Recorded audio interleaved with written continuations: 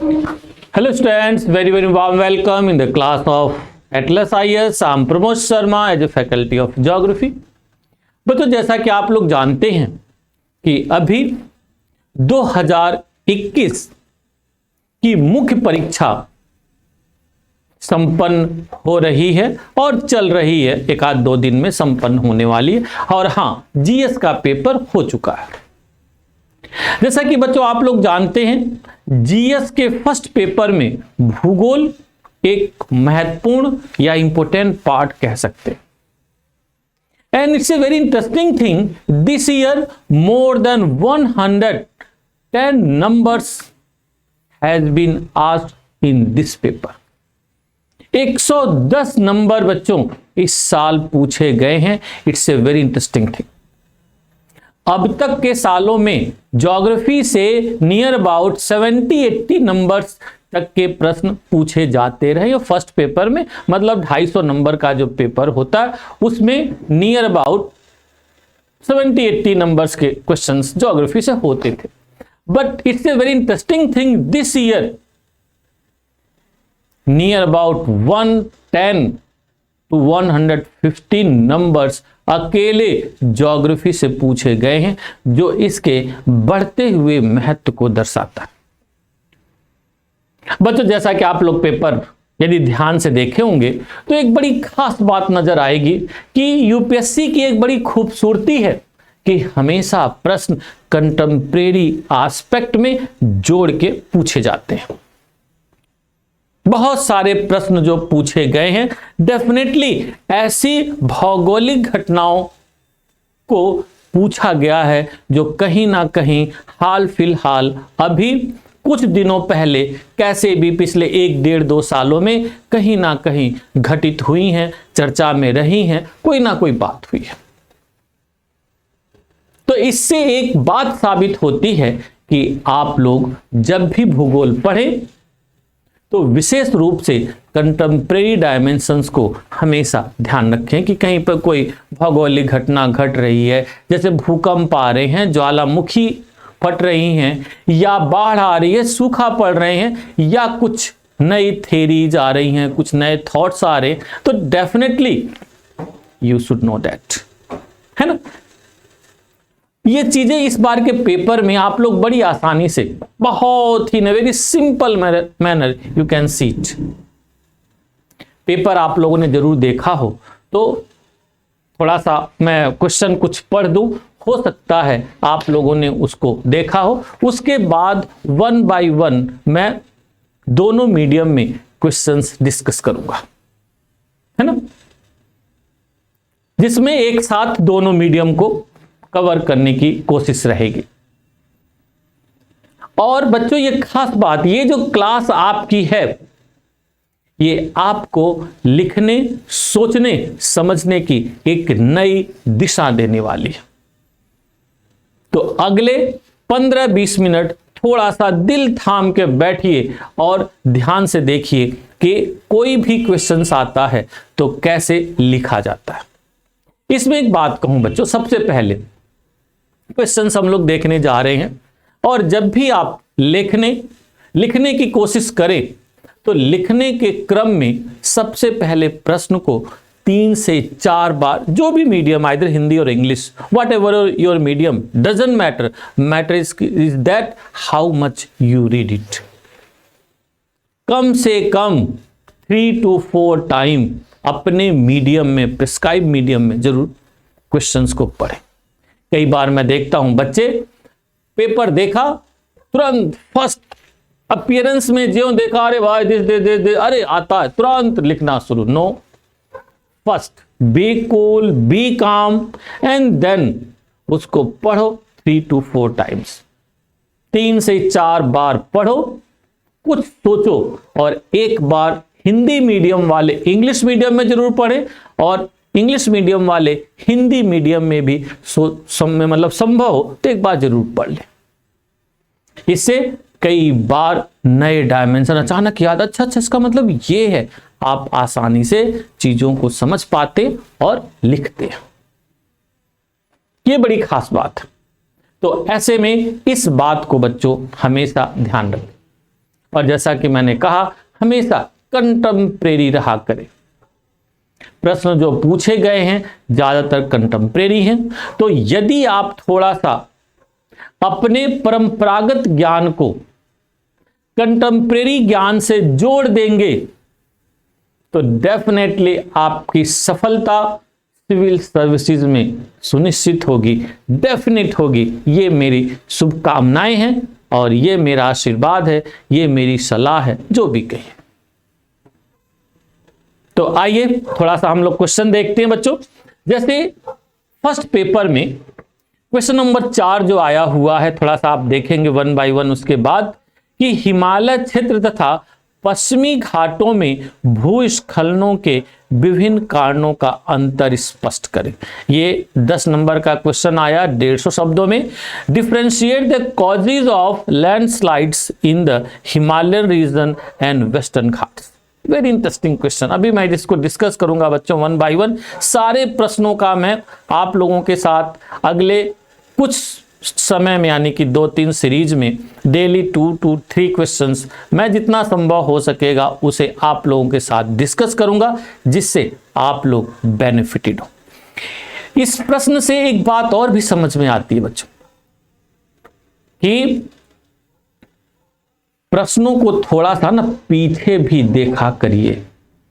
ये प्रश्न 2015 में पूछा गया है ना, पूछा गया बच्चों, ध्यान रखिएगा। दूसरे तरह से पूछा गया, हिमालय के सेंस में पूछा गया, और हिमालय के एरिया से यूपीएससी में 2 to 3 टाइम्स क्वेश्चन पूछे जा चुके हैं, इसके विकास को लेकर, लैंडस्लाइडिंग को लेकर, यानी कहीं ना कहीं रिपीट कर रहा है।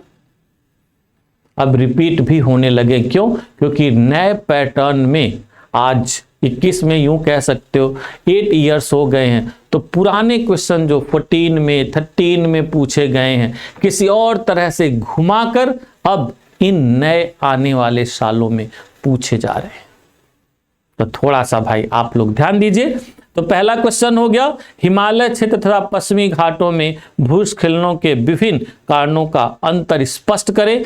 Differentiate the causes of landslides in the Himalayan region and Western Ghat. Second question is that Gondwanaland के देशों में से एक होने के बावजूद, ध्यान रखिएगा, में से एक होने के बावजूद भारत के खनन उद्योग अपने सकल घरेलू उत्पाद यानी जीडीपी में बहुत कम प्रतिशत योगदान देते हैं। विवेचना कीजिए।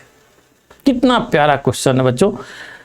Despite India being one of the countries of Gondwana land, its mining industries contributes much less to its GDP in percentage discuss। ये 10 नंबर का क्वेश्चन आया हुआ। फिर एक क्वेश्चन नंबर 6 जो है, शहरी भूमि उपयोग के लिए जल निकायों से भूमि उद्यार के पर्यावरणीय प्रभाव क्या हैं, उदाहरणों सहित समझाइए।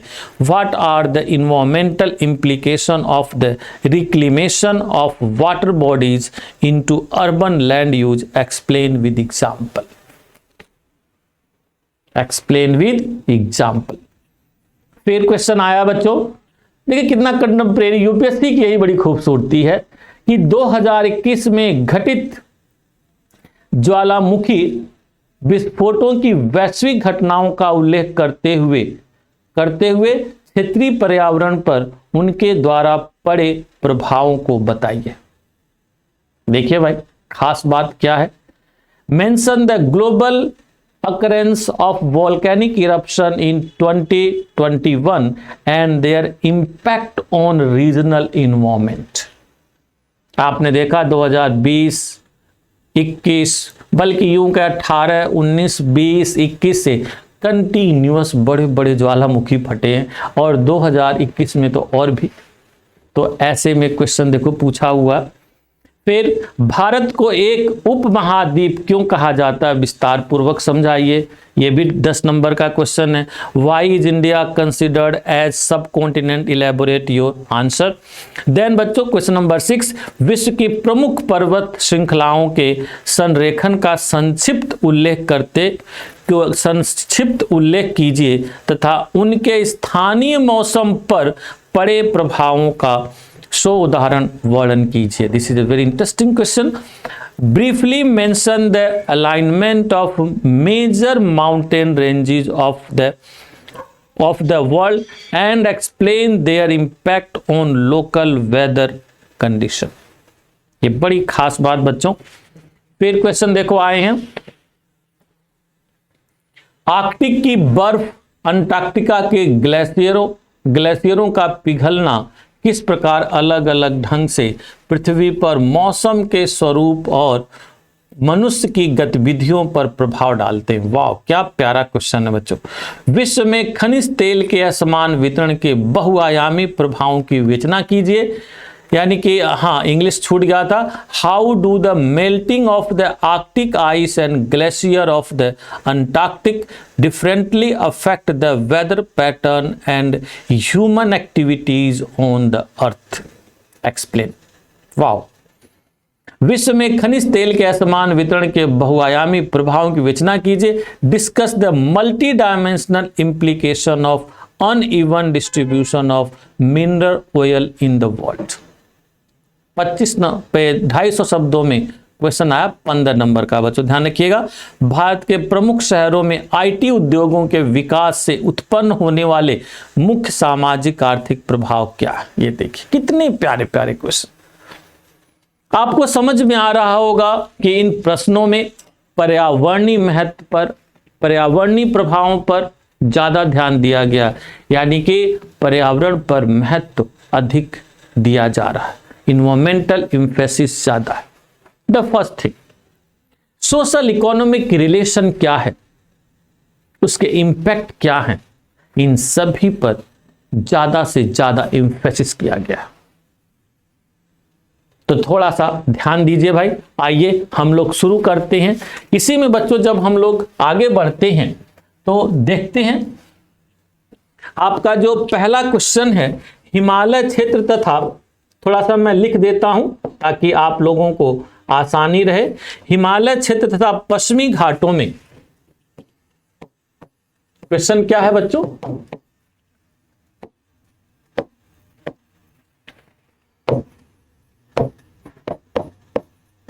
हिमालय क्षेत्र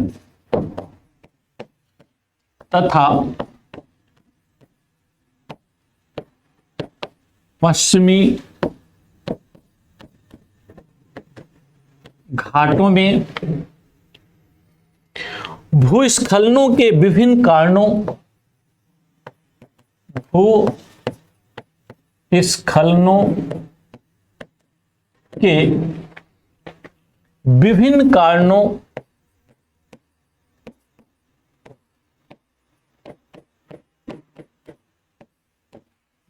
कारणों का अंतर स्पष्ट कीजिए बच्चों, अंतर स्पष्ट कीजिए। ये ध्यान रखिए, कारण नहीं पूछ रहा सीधे अंतर स्पष्ट करा रहा है। Differentiate the causes of landslide, differentiate the causes of landslides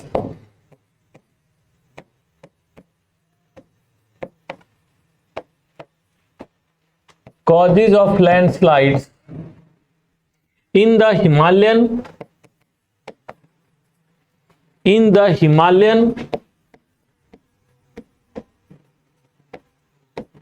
Himalayan and Western Ghat and the Western Ghat। देखिए कितना जबरदस्त क्वेश्चन है बच्चों।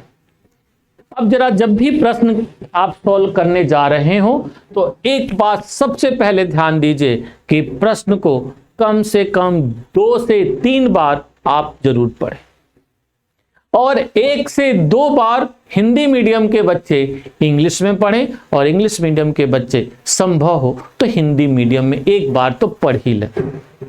इससे आपके माइंड में कई सारी चीजें प्रोसेस होनी शुरू होंगी। और बच्चे एक खास बात, जब भी आप पढ़ रहे हो तो कुछ ना कुछ जो बातें, पॉइंट्स माइंड में क्लिक हो रही हो पेपर के, यानी कि जो आपकी आंसर कॉपी है उसमें पीछे साइड में जो रफ काम होता है वहां पर आप जरूर पॉइंट्स नोट कर लें।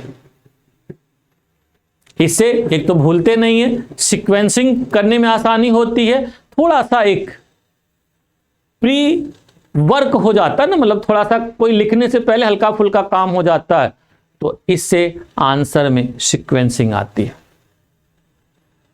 बच्चों एक बात ध्यान रखना, ये जो मुख्य परीक्षा है ना, ये सिर्फ ज्ञान की परीक्षा नहीं है, ये आपकी पर्सनालिटी की परीक्षा है, अंडरस्टैंडिंग की परीक्षा है, प्रस्तुतिकरण की यानी प्रेजेंटेशन की परीक्षा है कि कोई भी चीज कितना आसानी से पढ़ते हैं, समझते हैं और उसको एक्सप्लेन करते हैं, इंटरटेन करते हैं, टैकल करते हैं। इससे पता चलता है कि ये बच्चा किसी भी सिचुएशन को जब ये ऑफिसर बनेगा तो कैसे टैकल करेगा।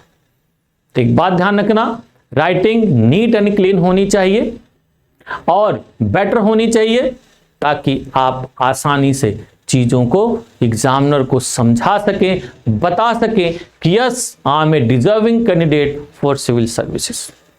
मोस्ट ऑफ टाइम बच्चे यही गड़बड़ कर जाते हैं कि जो क्वेश्चन पढ़ा दाएं दाएं लिखना शुरू, राइटिंग क्या जा रही है पता नहीं, सेंटेंस फॉर्मिंग वाक्य विन्यास कैसा जा रहा है पता नहीं, वर्तनीय शुद्धियां क्या हो रही हैं पता ही नहीं। विशेष रूप से यह घटना हिंदी मीडियम के छात्रों के साथ होती है। क्योंकि मैं मुख्य परीक्षा का टेस्ट सीरीज लेता रहता हूं, आयोजन करता हूं, मेरी टेस्ट सीरीज बच्चों one of the most popular test series है। बच्चे मेरे पास बहुत सारे आते हैं, मैं बहुत सारी कॉपीज को देखता रहता हूं, तो उसमें ये गलतियां अक्सर हिंदी मीडियम के बच्चों के साथ होती है। चूंकि मैं दोनों मीडियम में पढ़ाता हूं तो मैंने देखा है इंग्लिश मीडियम के बच्चों में स्पेलिंग मिस्टेक्स कंपैरेटिवली कम होती है, बट इन हिंदी मीडियम ये ज्यादा होती है। तो सबसे पहले स्पेलिंग मिस्टेक्स यानी वर्तनीय शुद्धियों से बचना है, सेंटेंस फॉर्मिंग पर ध्यान देना, यानी वाक्य विन्यास आपका प्रॉपर होना चाहिए, राइटिंग पठनी होनी चाहिए, यानी कि एग्जामिनर जब पढ़े तो फटाफट समझता चला जाए। इन 2-3 बातों पर आप लोग विशेष रूप से ध्यान दें, और जब इन चीजों पर ध्यान देंगे तो डेफिनेटली कोई भी आंसर होगा बच्चों सफल होंगे, निश्चित सफल होंगे। एग्जामिनर आपको सेलेक्ट करने के लिए बैठा है, ना कि रिजेक्ट करने के लिए। जब आप नीट एंड क्लीन लिखेंगे तो आपके बारे में पॉजिटिव परसेप्शन बनेगा, एंड पॉजिटिव परसेप्शन ऑलवेज आपको सफलता की ओर, सक्सेस की ओर ले जाने में सफल होगा। समझे? तो ऐसे में थोड़ा सा प्रश्न पर ध्यान दीजिए, 2-3 बार आप लोगों ने पढ़ लिया होगा। देखिए इसमें की पॉइंट क्या है। एक तो भूस्खलन, 2 क्षेत्र हैं, 2 क्षेत्र अलग अलग क्षेत्र हैं और वहां पर कोई घटना घट रही है भूस्खलन की। तो कह रहा है कि भूस्खलन की घटना घट रही है तो कारण क्या है, और कारण है तो उनमें अंतर के बिंदु क्या हैं, ये उस फोकस है बच्चों। भाई घटना घट रही है तो कारण होंगे, पर क्या समान कारणों से यह घटना घट रही है? नहीं, कारण अलग अलग है। जब कारण अलग अलग हैं तो यहां पर आपको उनको उसी तरह से लिखना होगा। कई बार बच्चे का 2 आए मेरे पास पेपर देने के बाद और पता चला कि ऐसी धाएं सर हमने ये कारण लिख दिया, ये कारण लिख दिया। अरे डिफरेंशिएट करने वाले कारण लिखने हैं। इस तरह से आंसर का प्रस्तुतिकरण लिखना है कि अंतर के बिंदु स्पष्ट हों। तो इसमें 3 पार्ट बनाएंगे। एक तो इसका इंट्रोडक्टरी पार्ट, फिर एक मेन स्केलेटन जो होगा यानी अंतर के बिंदु, एंड लास्ट कंक्लूजन। 3 तरह से यहां पर हम लोग अपने आंसर को रिप्रेजेंट करेंगे। और जब इस तरह से हम लोग रिप्रेजेंट करते हैं बच्चों, तो यहां पर बड़ी इंटरेस्टिंग बात दिखाई देती है कि जो इंट्रो पार्ट है, इंट्रो पार्ट में वेरी फर्स्ट लाइन में आप क्लियर कर दो कि क्या स्थिति है। आप सिंपल बताइए कि पश्चिमी घाट और हिमालय या हिमालय और पश्चिमी घाट, ये 2 क्षेत्रों में फैले हुए देश के महत्वपूर्ण भूआकृतिक प्रदेश है। नो डाउट, एक नदन साइड में है, एक सदन साइड में, और दोनों अलग अलग काल में बने हुए हैं एंड अलग अलग तरह की भूगर्भिक घटनाओं के परिणाम है। ध्यान रखना बच्चों, यहीं से अंतर के बिंदु स्पष्ट होंगे आप लोगों को कि दो क्षेत्र में स्थित है और अलग अलग समय में अलग अलग भूगर्भिक घटनाओं से बने हुए हैं। यानी कि different kind of, they are made by the different kind of physiographic factors, या कह सकते हैं कि अलग अलग तरह के जो कॉजेज हैं जिसकी वजह से वो बने हुए हैं।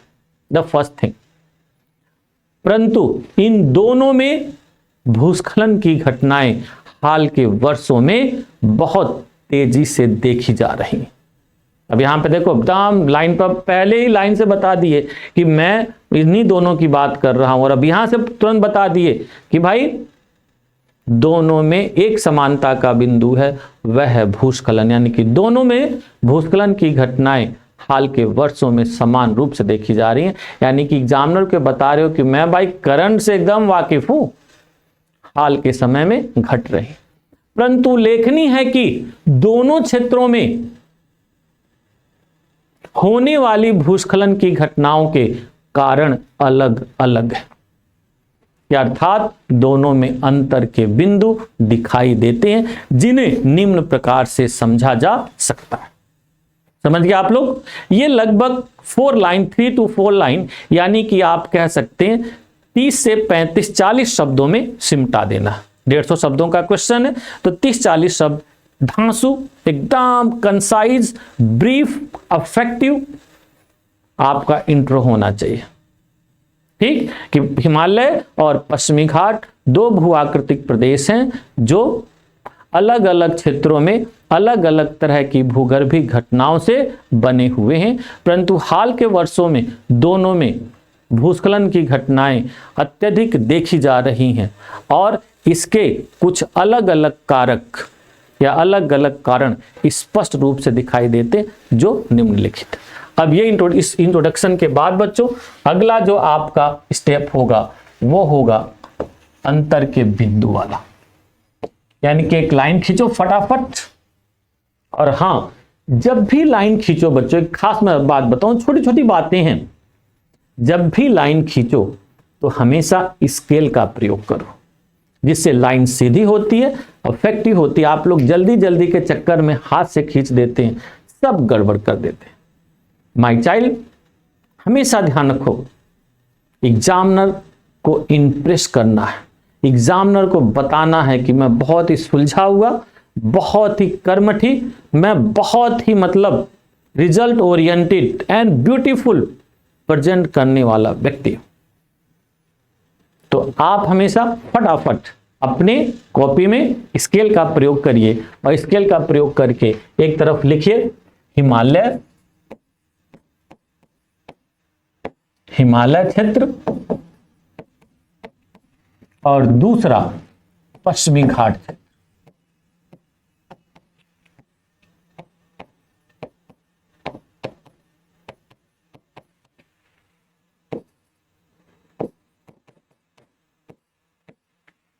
ठीक है, अंतर के बिंदु यहां पर।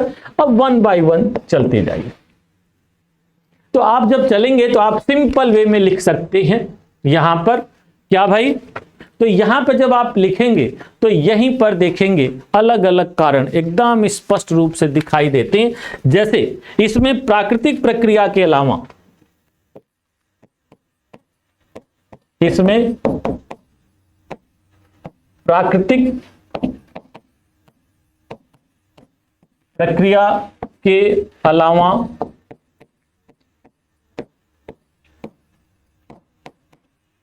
मुख्य रूप से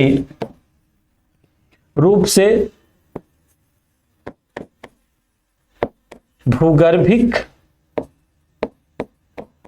घटनाएं भी जिम्मेदार है। जैसे भू संरचना एवं भू आकृति।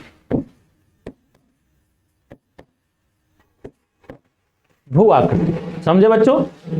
जैसे भू आकृति। हिमालय की चट्टानें, हिमालय क्षेत्र की चट्टानें मुलायम है एवं इनमें तीव्र ढाल पाया जाता है बच्चों, तीव्र ढाल पाया जाता है। ये सेंटेंस आप यहां पे दे सकते हैं। इसमें आप आएंगे लिखने तो यहां पे लिखिए, पश्चिमी घाट में भूस्खलन के लिए, पश्चिमी घाट में भूस्खलन के लिए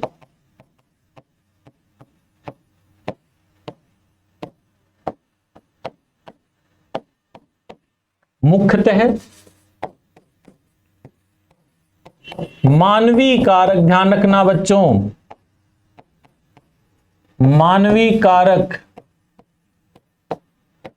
जिम्मेदार हैं। याद है, याद रहेगा। जैसे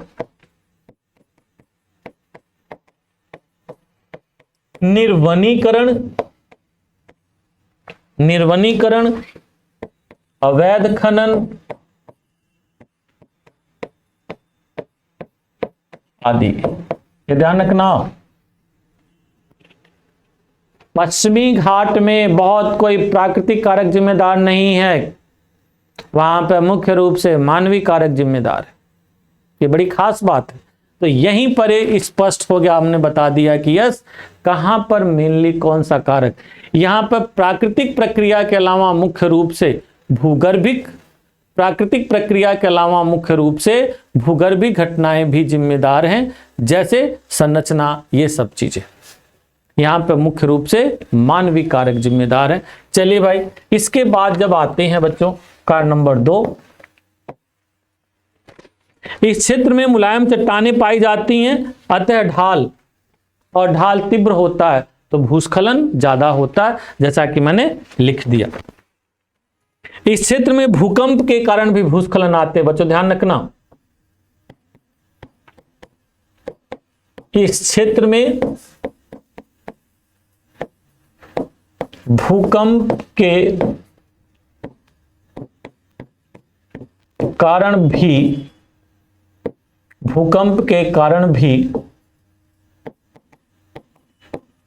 भूस्खलन होता है या होते हैं।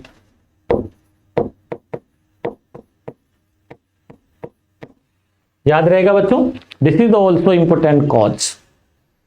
जबकि यहां